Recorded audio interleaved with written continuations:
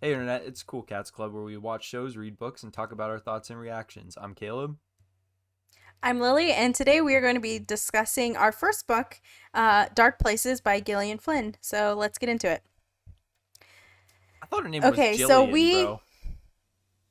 Oh, is it. Oh, It's spelled is with it a G. It's Gillian? spelled with. I don't know. Jillian. It seems like it should be Jillian, but who cares? Okay, well, by Gillian Flynn.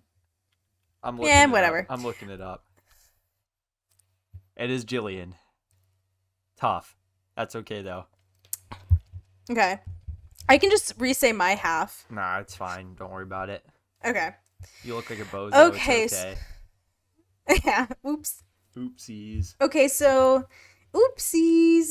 That's just my go to now. Okay, so I actually have the green screen will. Okay, I have the physical book with me.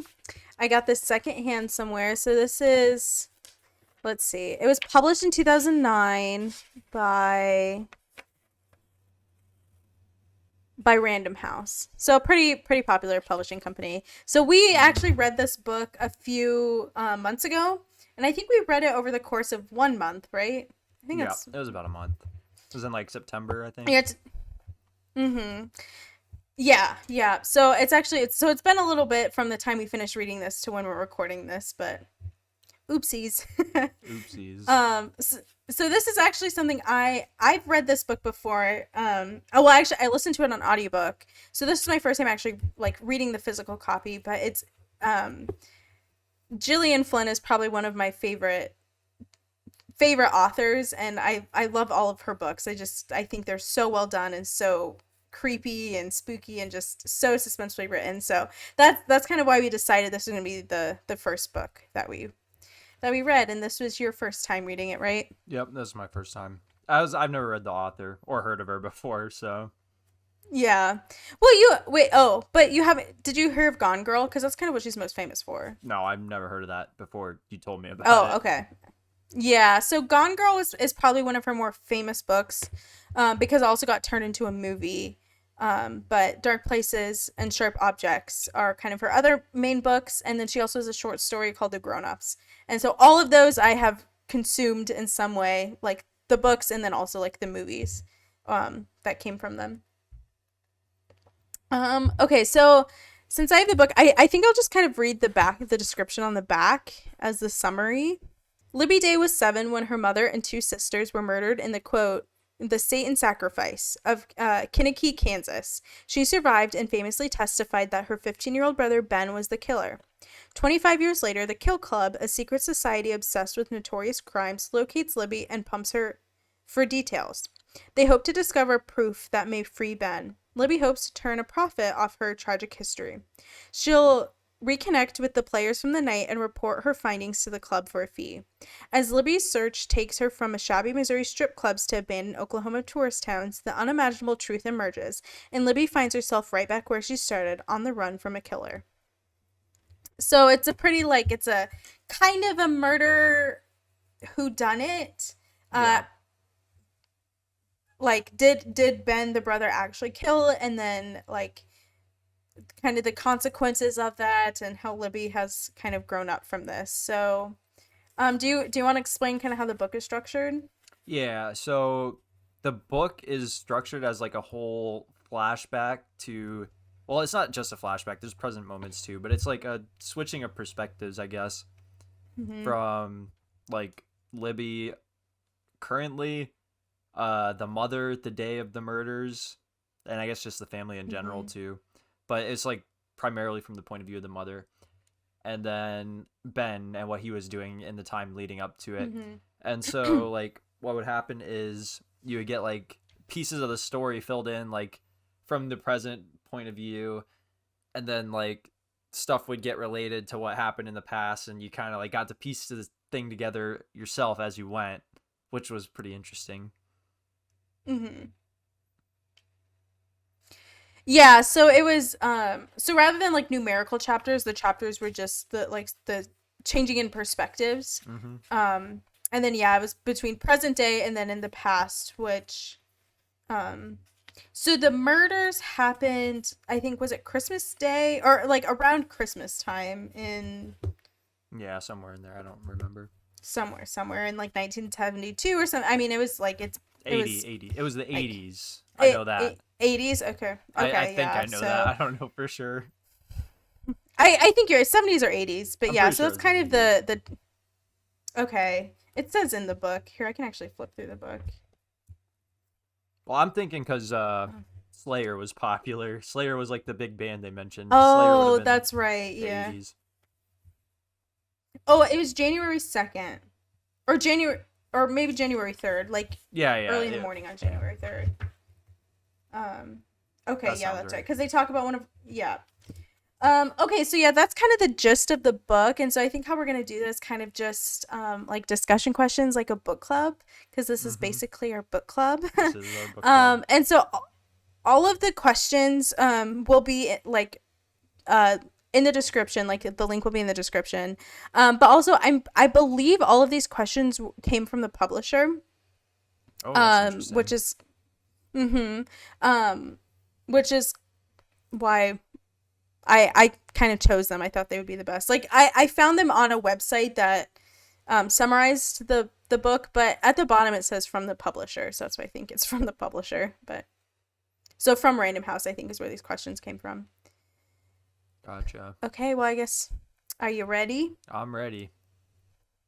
All right, so the first question is so our main character is Libby.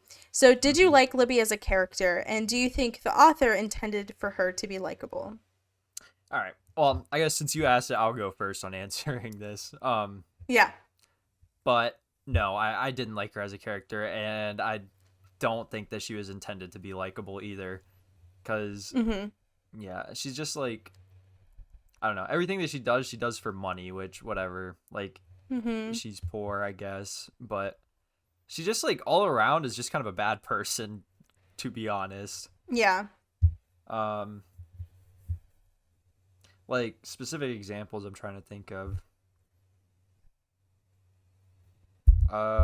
Like um like when she got jealous at that other missing girl or whatever, like Yes. Yeah. she was getting attention and she got jealous of that. Like that kind of just makes you a Mhm. bad person.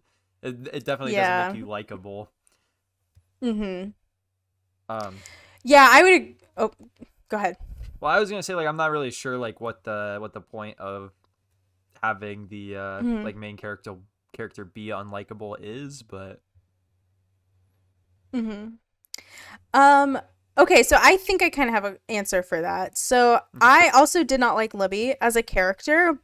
So I didn't like her as a character. So I did not think her character was likable, but I did like reading about her. Like when it was her chapters, I liked it, if that makes Yeah. sense. I gotcha. I honestly I Um did not like her chapters either. oh, really? Yeah, I think those are like the worst parts of the book. Oh, okay. I like the Eh, flashbacks more. yeah, that okay, that's true. I think the flashbacks really were the meat and potatoes of the book. Yeah. But so I didn't read this recently. Like I think that after the first time I read or I guess I listened to the audiobook, I got really interested in this story. And so um I found an interview with the author Jillian and she basically said that she purposely wrote Libby not to be likable because she wanted to kind of she thought it was important to write specifically women as being these kind of like hostile, like not nice characters because she felt that they're like in a lot of literature, especially in literature where women were the victims of some sort of crime, they always were kind of written as being like doe-eyed and helpless and sensitive and soft. And even though I mean like certainly our main character Libby needs help in many ways, but she's kind of like this hardened, unlikable, not sensitive person. And so I think like the Yeah. author like she wanted to write a character that a central female character that was not likable because she had not seen a lot of that in similar stories to this. um I could be mistaken, but I'm pretty sure like I feel like I've read that somewhere, so Sure. I thought that was kind of interesting. Yeah, that makes sense. Yeah, I can definitely tell that it was like intended. Like it wasn't like an unintentional Mm-hmm. choice, but Yeah, definitely, definitely. yeah, that's interesting. So yeah, I thought that's kind of an interesting character choice. Like, yeah, that women can be mean or unperfect, flawed Right. creatures in a different way than maybe like how is typically written in literature like this. Mm-hmm. So that's kind of what I understood. Yeah. Um, So, as the book shifted between points of view, did you find one most appealing, most enlightening, or most reliable? um, well, I think like I did kind of answer like I did enjoy like the Mm-hmm. Libby's like chapters. I think honestly, I think the most enlightening ones, like I think where we got the most information was from the mom Yeah, I agree. because that's where we found out that okay, I'm gonna spoil the book. So if you haven't read it or don't want the spoilers, maybe I don't Yeah. know, skip ahead. But it was in the mother's chapters where we found out she hired like the hitman to come and like kill her, Right. so her kids could get the insurance money. So like, and she only had very few um chapters, and Mm-hmm. also it was because of like oh, Patty Day is the mom's name, because of the chapters with the mom that we found out like um what she was doing the day of. She was trying to find Ben. She was trying to get him help. So Yeah. yeah. So that yeah, I think the moms gave us the most like the moms chapters gave us the most amount of information. Yeah, I agree because with the mom's chapters, we got to see like how everybody else in the town kind of reacted to everything, and also like how the like other kids reacted too. So we got like all of that information as well. Mm-hmm. Yeah, yeah. Getting the other siblings. Yep. In terms of like the most appealing, I think the Ben flashbacks were like the most interesting. Yeah. I Mm-hmm. I said it earlier, but I don't really like the Libby reading all that much. It's just kind of meh. Mm-hmm. I don't know. Yeah, until like the very end, I guess, when she went and found Deandra or whatever and Trey. Yeah. That part was pretty interesting. Mm-hmm. Yeah. I mean, yeah. I guess I can see why. Like, I think Libby's chapters were a lot more slower. So, like, when we had the other characters' perspectives, I think, like, more of the storyline picked up Yep. compared to hers until kind of right at the end, obviously. Like, the last quarter of the book, it really picked up for her. Yeah. I like. I mean, this is gonna be kind of messed up, I guess, but I didn't really like care what happened to Libby at all, and I think that's part of why I thought like her chapters were kind of boring. Like I just wanted to find out who did Okay, it. yeah. Like I didn't care about what Yeah. she did. I gotcha, I yeah. I guess. Mm I guess hmm. it goes back to Yeah. her being unlikable too. Yeah, yeah. Yeah. That's a good point. Okay, so our next question. Mm-hmm. In considering the case of the missing girl Lisette Stevens, Libby thinks to herself, quote, there was nothing to solve. Dot dot dot. She just vanished for no reason. Anyone could think of except she was pretty. Oh, sorry. She just vanished for no reason anyone could think of except she was pretty, unquote.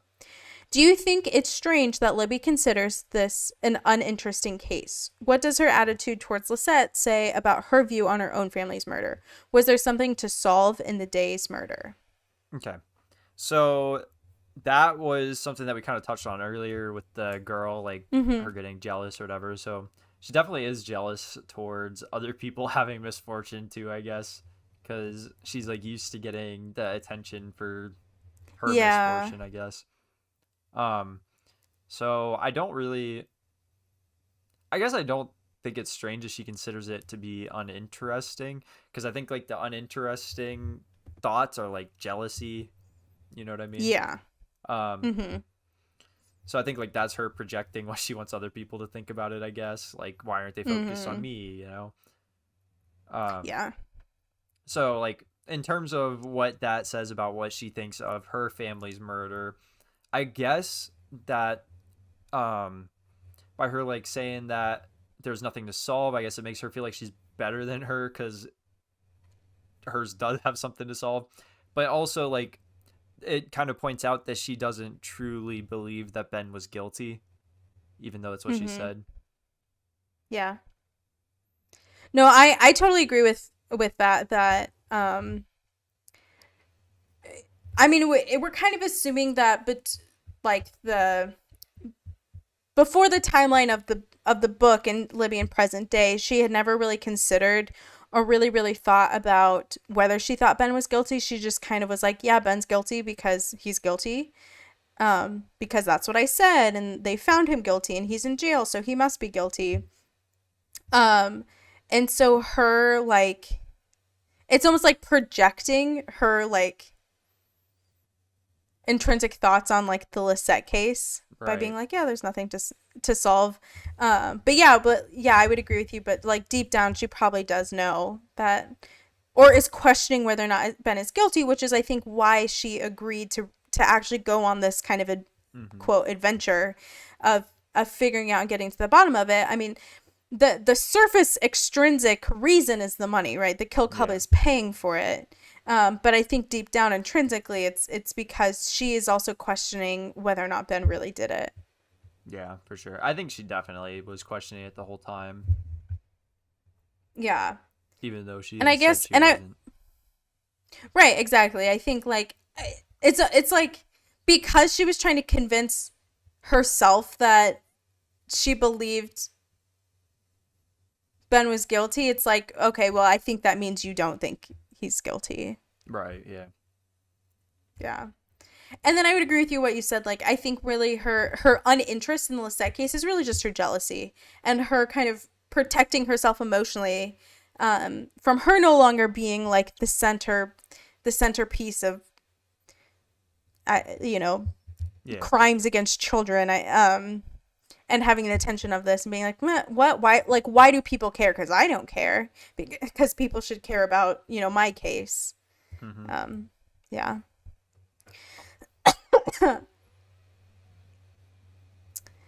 The next question we have here is one of the appealing aspects of the Day case, according to Lyle, is the role of children as investigators, victims, and unreliable witnesses. Do you see any similarities among Chrissy's accusation, Libby's false eyewitness account, and Lyle's role in the California fires? Were these children to blame for their mistakes? In what ways did they attempt to right the wrongs they caused? Okay. Oh yeah, this is kind of a big question. So I think first I'll maybe Yeah. explain. So Chrissy basically falsely accused Ben Day of SA. Mm-hmm. Um, so so that was Chrissy, and then obviously Libby testified that her brother Ben was murdered the family. Even though at the end of the book, again spoiler, we find out that he didn't. Yeah. Um, and then um, Lyle actually we so Lyle is kind of the Libby's partner in crime, so to Yeah. speak. He's a person. He's kind of the person that reached out to her and said, "Hey, I'm part of this club that's interested in like true crime, and we would pay you to go and kind of reopen this case." So that's who Lyle is. And so Lyle, apparently, when he was younger, he accidentally started a big wildfire in California. I think like he was playing with cigarettes or matches or something, and it ended up just accidentally like starting these like a huge wildfire. And I can't remember if they said it caught like people died from it or not. I don't remember, but it Okay. caused a lot of damage. I think people in general, even adults, are kind of unreliable witnesses. I think there's enough kind of evidence in psychology that our memories are not reliable. And, the kind of antidote that every time we tell a story, we lie. Or we don't lie, but we exaggerate it a little bit more with maybe without Yeah. even realizing it. Um, and if fully capable grown adults do this, I think it's only going to be exacerbated.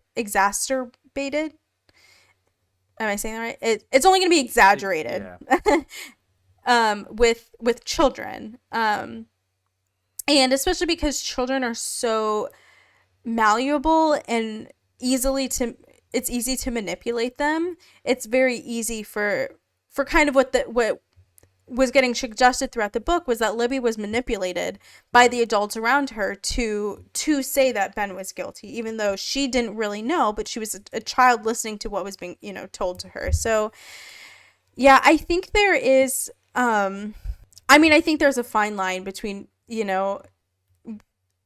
fully trusting what a child is saying, especially a child who has gone through something incredibly traumatic and scary. So there's a fine line between trusting what they're saying, and trying to pick out, okay, what of this is true and not, and what that looks like and what that fine line is, I don't know. I mean, that is not something for me to define. But yeah, I think that is difficult. And I do think some of these characters, like Lyle, I think his way of taking accountabilities for his actions is helping Libby figure out the truth. And his investment and understanding true crime and sympathizing with Ben, I think that's kind of his way. And I think in Libby's way was ultimately trying to get to the bottom of who actually killed her family. Because like we kind of mentioned before, deep down, I think she knew, or she was questioning whether or not it was Ben. And then I guess for Chrissy, I would say I don't know if she ever... She came clean about it. How do I say? She did come clean about it. So she did try to take accountability, and then it backfired because her parents basically prevented, it from happening. And then later in life, she... is a stripper. She's a stripper. So I have a hard time. Stripping is fine. If that is your profession, I think that's totally fine. If it's safe, if it's, whatever. But in the book, they frame it as she kind of went, like, she does stripping as kind of a dead-end job to make money because she doesn't have any other options and whatever. So, like, they're framing it kind of... Also an alcoholic. She's also an alcoholic. Yeah, she's an alcoholic, and, like, she kind of steals things. So, like, they're framing her as kind of, like... turning out bad, basically. And so that's kind of her consequences, I think, is what they're trying to show was her consequences for this. So okay, that was long-winded, but yeah, I think that those are my thoughts. Yeah, I mean, I share a lot of the same thoughts. I think it's a pretty straightforward question. I do think, like, in terms of similarity, I don't really think that Chrissy and Libby's are that similar, though. Because, like, it was coerced out of Libby, like, the confession or whatever. Like, she was under a lot of pressure. Like, Chrissy just, like, made it up out of nowhere for no reason. Like, yeah. I guess, yeah. But everybody was, like, so quick to just believe the kids, though, too. Like, it's like, as soon as they said anything, their word was enough. Like, That's such a good point. I mean, yeah, you're right. Like, the kids just made these declarations and I was like, okay. Yeah. Everybody just, like, accepted it as fact. Yeah. That's a good point. Yeah, so I think, yeah, adults definitely have a greater responsibility of, like, filtering what's true or not. But again, with children, it's so tricky. I mean, because, like, if that stuff actually happened with Chrissy, especially, like, you can't, like, let it go, like. Yeah. Don't really have much. Well, I think one of the things that was coming up too is how impressionable kids are, because there was a scene where the mom Patty goes over to Chrissy's house and Chrissy's like talking with an investigator or a police officer or something, and basically has like Barbie dolls, and the investigator's like basically priming Chrissy to say yes, he did like SA me, and I guess it was kind of coerced out of Chrissy then too.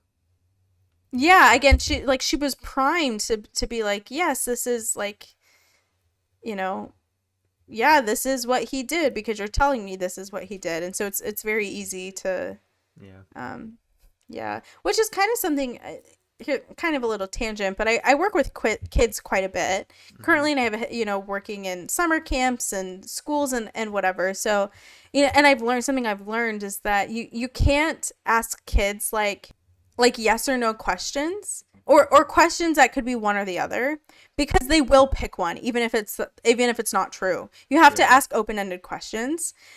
So like if you say, did you have a good day at school or not, they're going to pick one or the other, rather than say, tell me about your day at school, where they have the, where they then, tell you Right. what it was, rather than like making them pick, because kids don't really have the wherewithal to think, oh, there's a different option here. I could say, oh, neither, it was just an okay day, so Yeah, that's um interesting. yeah, that's kind of something I've learned over my experience. I don't know if there's like science or psychology to back that up. I don't know, but that's just kind of something I've learned. Yeah. And so, which was not a strategy that was employed in this book when speaking with kids. Yeah, it's kind of an understatement. Yeah. It's almost like the kids were being treated like adults. Yeah, they were actually. It was kind of strange. Like everybody just believed Mhm. them, which is what kind of got me going, I guess. Um, Yeah. but like at the end of the day, people are gonna believe what they want to believe. So if they're like, Mhm. if they had like prior like thoughts, and it was basically just confirming like what everybody else thought, I guess at the time. So Mhm.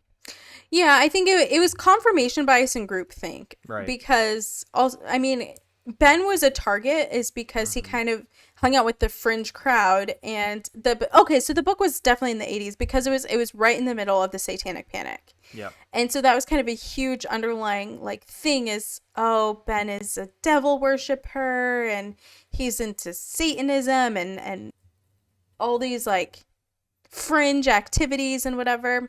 And so it's easy to be like, oh, so of course he murdered his family. Of course he would hurt Right. young children and whatever. Um and so I think they use that as confirmation bias for, okay, yeah, so he definitely did do this to Chrissy because he would, as, a person who's into devil worship or whatever. Yeah. It was basically just confirmation bias. You're right. Yeah. Mhm. I think that's Yep. probably like why they were like so adamant about pushing it onto the kids too, is because they like already had these suspicions of what they thought they knew or whatever. So like they just Yeah, exactly. yeah.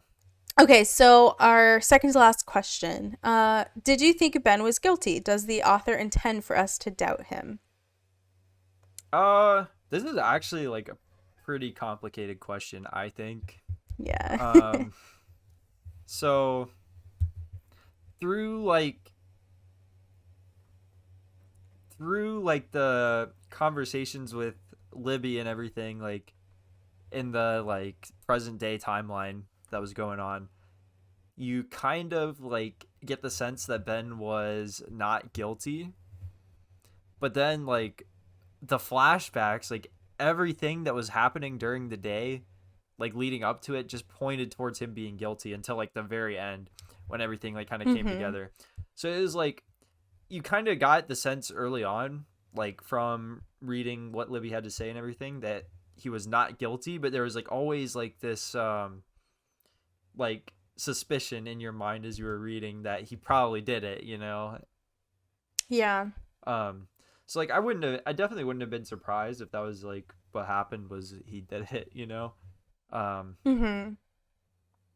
so I definitely do think that the author intended for us to doubt him, like doubt his Mhm. innocence at least from Mhm. like what was happening, because like I mean also too like in the beginning everybody just kind of like thought Ben was guilty, including Libby, like before this whole thing even came Right. up.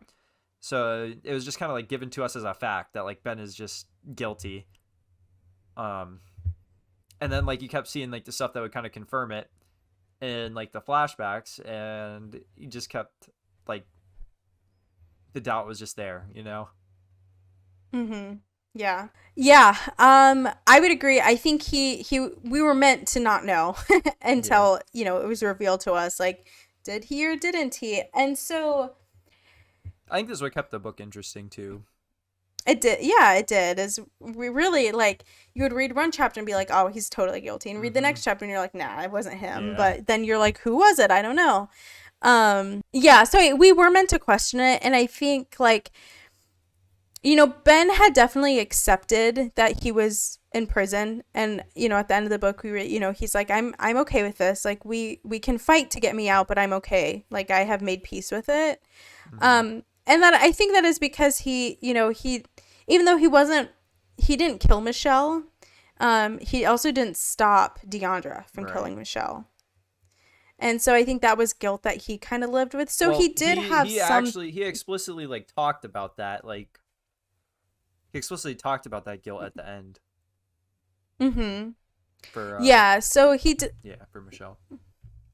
Yeah, so it's not like he didn't. So he did have a role in at least one of their murders, even if it was, Right. even as a bystander. And so, in a way that does make him guilty, but also, I mean, he was put in prison for not, for murdering. Ooh, I just hit my mic. Um, for murdering everybody when he actually didn't. Yeah. Okay, so that actually kind of reminds me of something that we talked about when we finished the book. So I am a big fan of consuming things more than once because I think you pick up Mm-hmm. on more stuff, and especially in a complicated book like this. So rereading this, I picked up on more things. And in the first few chapters, Libby sees like a news article or like a TV thing about the Angel of Death, which is the guy who um get like the Angel of Death, I think that's what he was Right. called, Yeah. gets like caught and is in jail and is going through trial. And it turns out the Angel of Death is the one that his mother, like that their mother hired to kill her so that the family could get the insurance money. Mm-hmm. Um, that was something that I picked up, like, oh, there's an Easter egg very, very early on in the book that I didn't remember from my first time reading it. So it's kind of a Yeah. cool Easter egg, picking it up the second time. And again, just why I like rereading or rewatching or like reconsuming things, because I think you just pick up and learn more things. But so that was a fun little foreshadowing. All right. Our last question. Libby is a liar, a manipulator, a kleptomaniac, and an opportunist. Does she have any redeeming qualities? Are you able to empathize with her? If so, why? So, yeah, I mean, Libby is a very complex person, but also because she has a very complex past. And I think I do empathize with her because I can, kind of see she's an effed up person because she had an effed up past. And, I think all of these things about her, while, we can, or maybe negative traits, they're very human traits, which again, I think is why I'm Right. able to empathize with her, even if I don't like her. And does she have any redeeming qualities? I mean, not totally that were expressed in the book. I mean, I think, maybe her kind of, so she's an intelligent human. I mean, that's, I think, probably her biggest redeeming quality is that she's very intelligent, even though she is, a liar and a manipulator and whatever. She's very intelligent, and she also is capable of kind of, I think at this, particularly at the end, like I think she's capable of overcoming a lot of this. And we kind of see her and Ben kind of, Yeah. trying to work on that relationship. So I think there's definitely potential. I don't think explicitly in the book we really have anything to be like, Right. yeah, she's good for this one. But I would say, like, yeah, I think she's very intelligent, which is a redeeming quality. Yeah, I agree. I was able to empathize with her because of the past and everything that happened and everything. Like, you just kind of feel bad for her just because she had to live Yeah. her life how she did. Um, Mm-hmm. in terms of redeeming qualities, yeah, I think like the only thing was the like relationship with Ben at the end, and I Mm-hmm. guess kind of like her whole quest to fix everything, but that was motivated by money to start with, so I don't know if that's like, Right. I don't think in the end though that it was motivated by money. So I guess you can look at it that way. Like it Yeah. might have Like, started that yeah, way, but it her didn't. motivations did change. Yeah. Mm-hmm. So I think that's a redeeming quality too. Yeah, that's a good point. Yeah. There's growth. Yeah, we love character development. We love character development. True. Yeah. All right, so do we want to give like our star rating on the book?